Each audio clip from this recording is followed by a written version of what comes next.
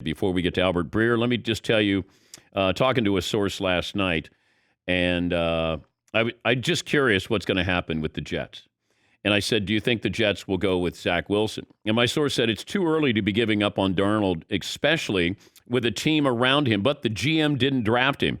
I would think that they're hoping to trade out. There are a lot of people who really like Wilson in striking distance for the second pick. The Jets could really improve with a deal with numerous picks.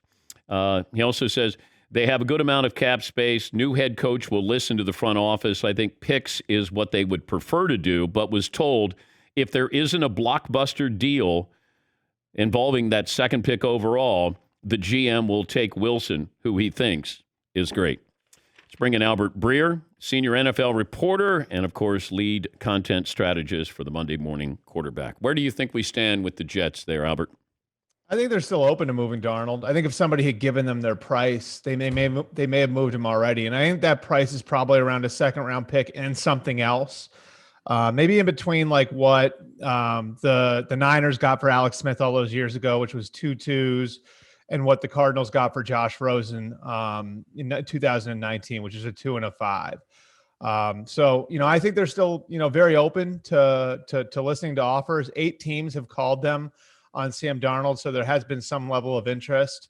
And I think for the new GM, Joe Douglas, who's been there for a couple of years now, actually, the new coach, Robert Saleh, really the ideal for them was to be able to see the quarterbacks throw live and get all of their medicals before moving Darnold or making a final decision to move Darnold.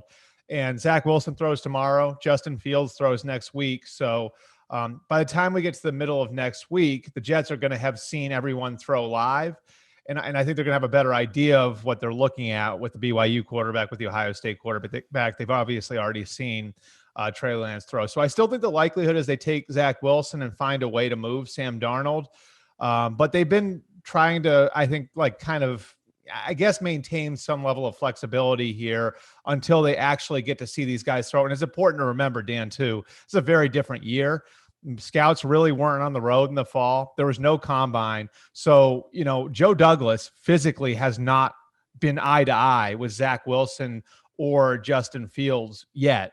And making a final decision on one of those guys without actually being able to size them up, with your own eyes, to tie your job security to that guy, which is what you're doing if you take a quarterback second overall, it's a scary thing to do. So these are an important couple days ahead for the Jets. But also leverage-wise, that you don't want to tip your hand if you're the Jets, that you still want to have that mystery of, are we keeping Darnold? Do you want that number 2 pick? If you trade Darnold, then everybody knows what you're doing with the number 2 pick. Right. And I think they still really like Darnold.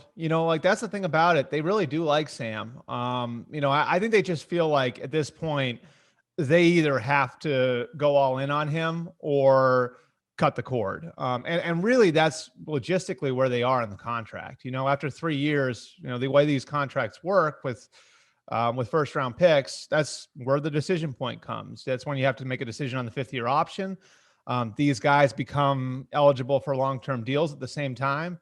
So, you're sending a signal what you think of the guy after year 3, because you have to make the decision on the 5th-year option, and you have to make a decision on whether or not to extend him. And so that's sort of why I think they are where they are with Sam. Would they like to see him for a couple more years? Sure. If they had him at a good rate, that'd be fine.